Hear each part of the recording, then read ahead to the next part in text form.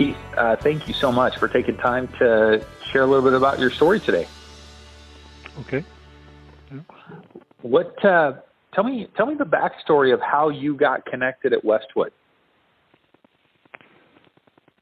When I got a job and moved out here, sometime that winter, I looked around, and I wasn't sure where I was going to be living more permanently. I was sort of halfway west, but not as west as we are now, and working at USC. And so I don't know, somehow picked Westwood out of the phone book. Did you really? Probably, yeah, and certainly in those days. Yeah. No other listing. And actually, the first Sunday I tried, I discovered the church started at some odd hour. Okay. 10:30. When did it start then? 10:30. So I don't know. I came back a week or two later. Because you showed up at a different time? Yeah, and church always started at 11. Okay. Never starts at 10:30. So these guys are doing something weird, yeah. All right. Yeah. So I came back a couple of weeks later, and what year was that? 1977. Wow. Okay, so that's what, almost 40 years, huh? True. Yes. Yeah, that's amazing. Yes. So, man, you have seen so many changes and transitions and all kinds of amazing stuff. As you think back over those years, what stands out to you? Like, what really seems unique about Westwood, or stands out in your memory of kind of all the transitions over the years?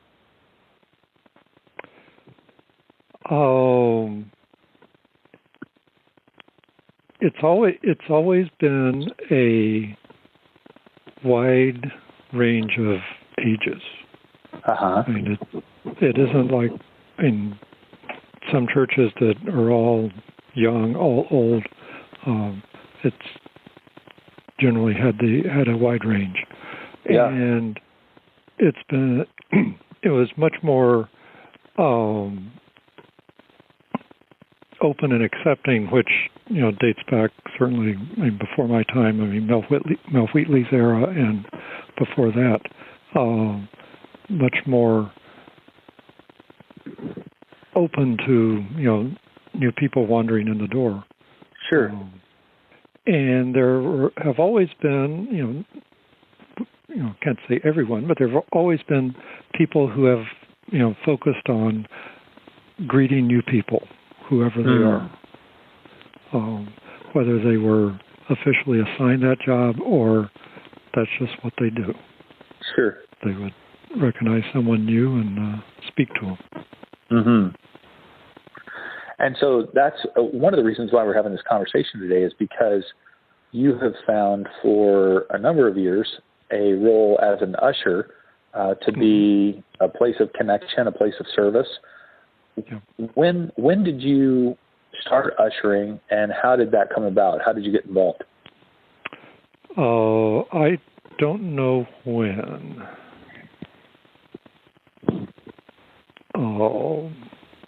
Steve Harvey, who has since moved to the San Francisco area, asked me to be an usher. Mm-hmm. And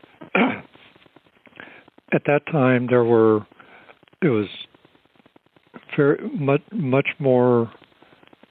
Maybe people were much more regular. I mean, that's been some of the discussion in church council. Right. And so there were the even month ushers and the odd month ushers, and you generally didn't have any overlap between the two. And if you needed a sub for your week, you would check with the other usher for that position on the other month. And so there would have been a total of 16 ushers, and Steve Harvey invited me to be an usher in his month because he was the head usher for either even or odd. I don't know which. What is the importance of having ushers? Why is that key?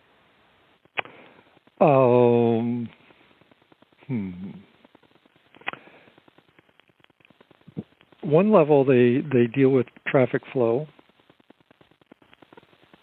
I mean, certainly communion they deal with traffic flow, but it's dealing with the flow of people in and out. Mm-hmm. We usually don't have the issue of where are the 5 remaining empty seats. On a good Christmas Eve, we might, but other than that, it's not as big an issue. Mm-hmm.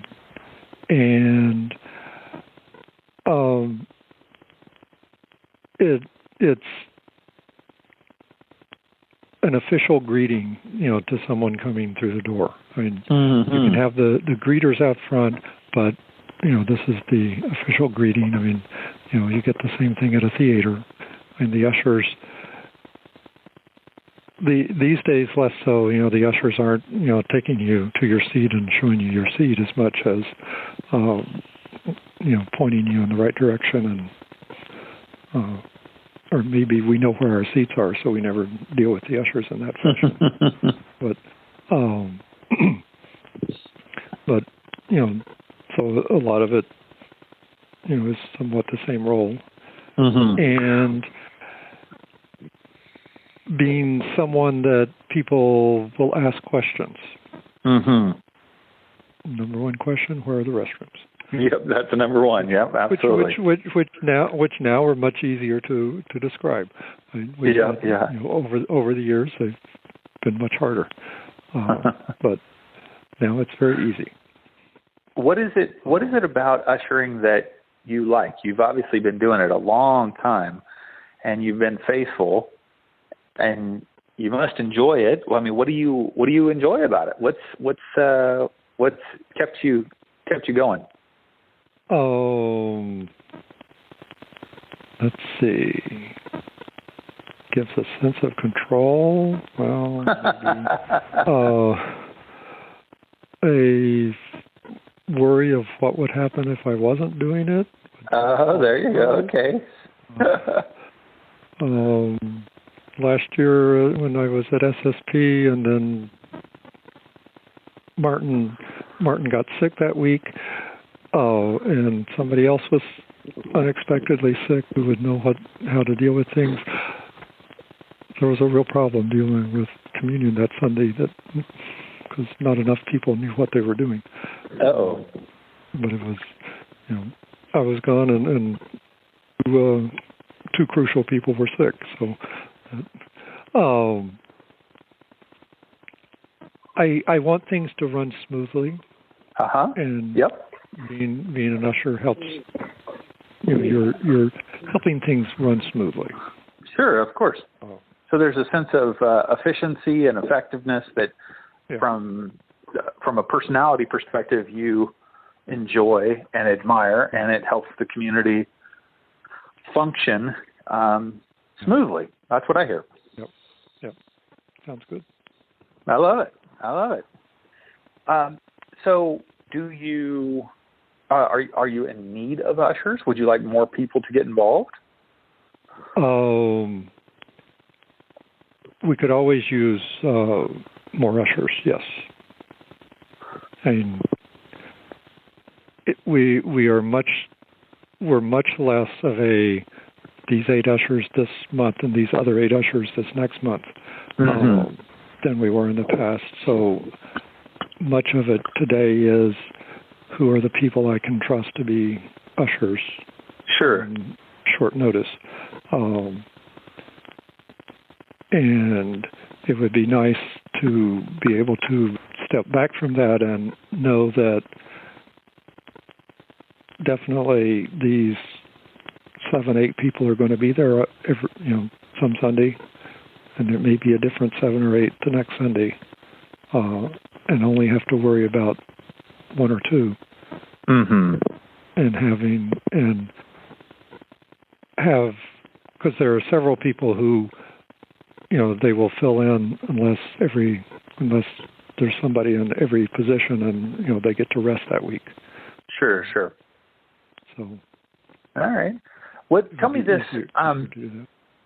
As you think ahead, because we've talked kind of looking back 40 plus years now, as you look ahead for Westwood, maybe say the next 5-10 years, what are your hopes or dreams for the community, for the church?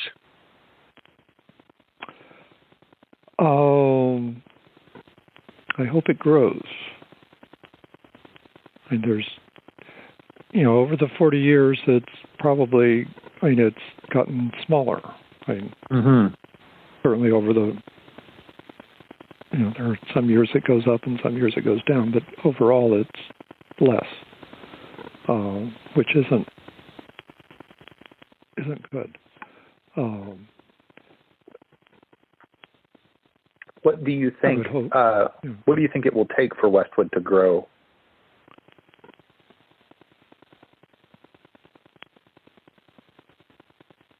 That I'm not sure. Some of it, some of the issues are, the neighborhood, the local neighborhood is very different than it was 40 years ago. The larger neighborhood is different than 40 years ago.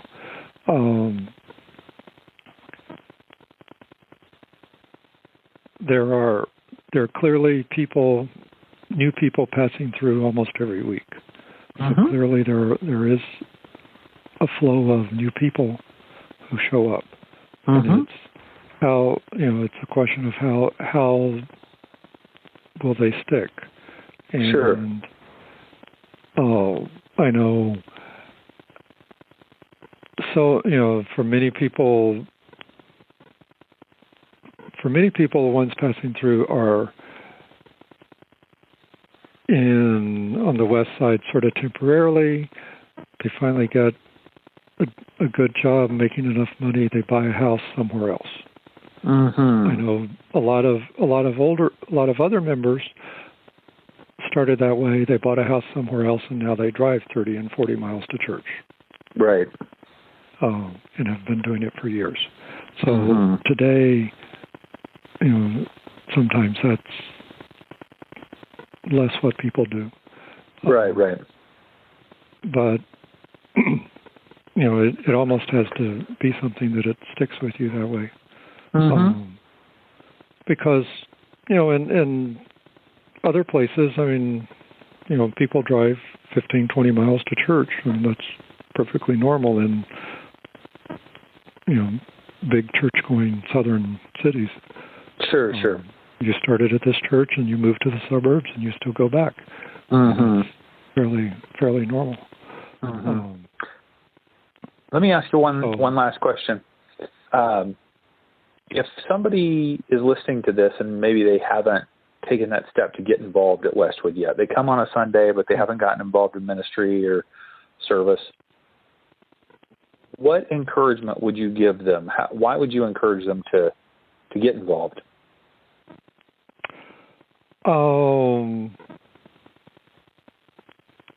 It's the one way to get a community. In a large city like Los Angeles, you're not in a community. You have the people at work, you have people wherever, but it's the only real community you can have. Community in the broader sense of a small town in Iowa, where you know people and interact with people simply because you're there, not because you work at the same place or something else. So you get a much wider range of ages and backgrounds and everything else that you don't get anywhere else. That's great. So a strong sense of community. That's good. Yeah. Getting involved helps you get connected, getting in the community with a wide range of people. That's what I hear you saying. So Very cool. Well, Keith, thank you for taking a few minutes and sharing about your journey and about the history of Westwood and your hopes and dreams. So I appreciate it. Okay, thank you.